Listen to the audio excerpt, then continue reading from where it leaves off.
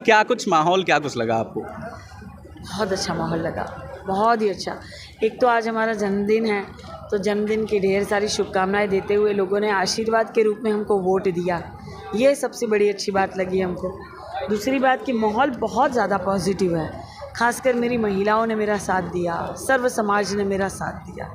बड़ा अच्छा लगा मुझे, क्योंकि मैं लगातार क्षेत्र में रहती हूँ, जनता के बीच में ही बनी रहती हूँ, चुनाव हो या ना हो।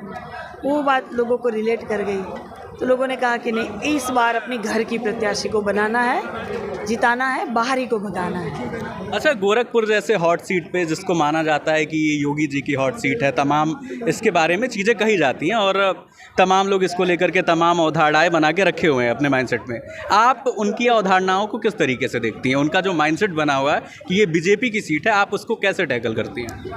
नहीं, माइंडसेट तो 2018 में टूटा था ना, 2018 में टूटा था। माननीय प्रवीण निषाद जी बने ही थे सांसद, तो फिर तो तभी माइंडसेट हिल गया होगा। अब माइंडसेट एकदम टूट जाएगा। देखिए, ऐसा कोई स्थायी नहीं होता है यहाँ पे, स्थापित नहीं होता है कोई यहाँ। कोई भी बन सकता है। जनता के बीच में जो रहेंगे वो जनता उनको प्यार आशीर्वाद देंगी। अच्छा, प्रवीण निषाद जी की आपने बात की। प्रवीण निषाद जी के जो पिताजी हैं वो भी आज लगातार मैदान में डटे हुए थे बीजेपी की तरफ से। उनका जो कार्य है बीजेपी के लिए, चूँकि वो जीते, निषादों के मुद्दों को लेके आए, अपने फिर सत्ता में आए और उसके बाद वो किनारे चले गए, तो आप एज ए निषाद आप उनका ये जो क्रियाकलाप था पूरा, उसको किस तरीके से देखती हैं?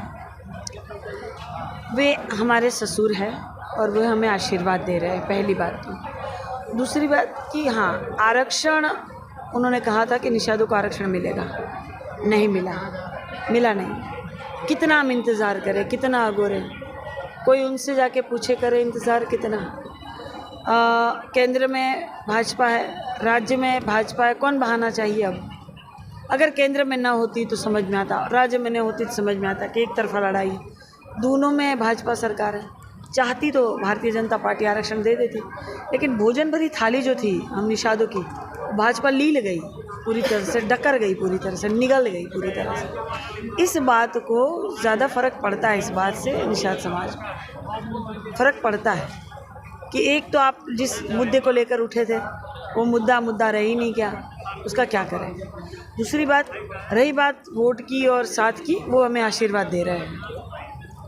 अच्छा, अब चलते चलते एक सवाल और आपसे पूछ लेते हैं कि अगर आप सांसद बनते हैं गोरखपुर से, तो वो चुनावी वादे नहीं, असल में आप क्या करेंगी? चुनावी वादे के तौर पे मत बताइएगा, वो कौन सी चीज़ें हैं जिनको आप करना चाहेंगे? पहले तो मैं महिलाओं को आत्मनिर्भर करना चाहूँगी, गृह उद्योग की जो है व्यवस्था करना चाहूँगी, क्योंकि मैं देख रही हूँ कि पति को रोज़गार नहीं मिला, बेटा का पेपर लीक हो रहा है तो नौकरियाँ नहीं मिलल, जितना लव लेटर लिखना होता उतना पेपरवा लीक होता राज्य की सरकार में।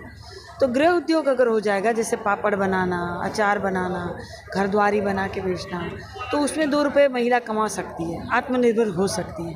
पहली बात तो ये। दूसरा, ट्रैफिक जाम की समस्या बहुत है। मैंने देखा है कि अब कहीं आपको जाना हो, कोई परिजनों को अगर एम्बुलेंस में ले जाए तो सुविधा तक पहुँच ही ना जाए, अस्पताल तक पहुँचा ही नहीं जाएगा ट्रैफिक की वजह से। फ्लाईओवर बनने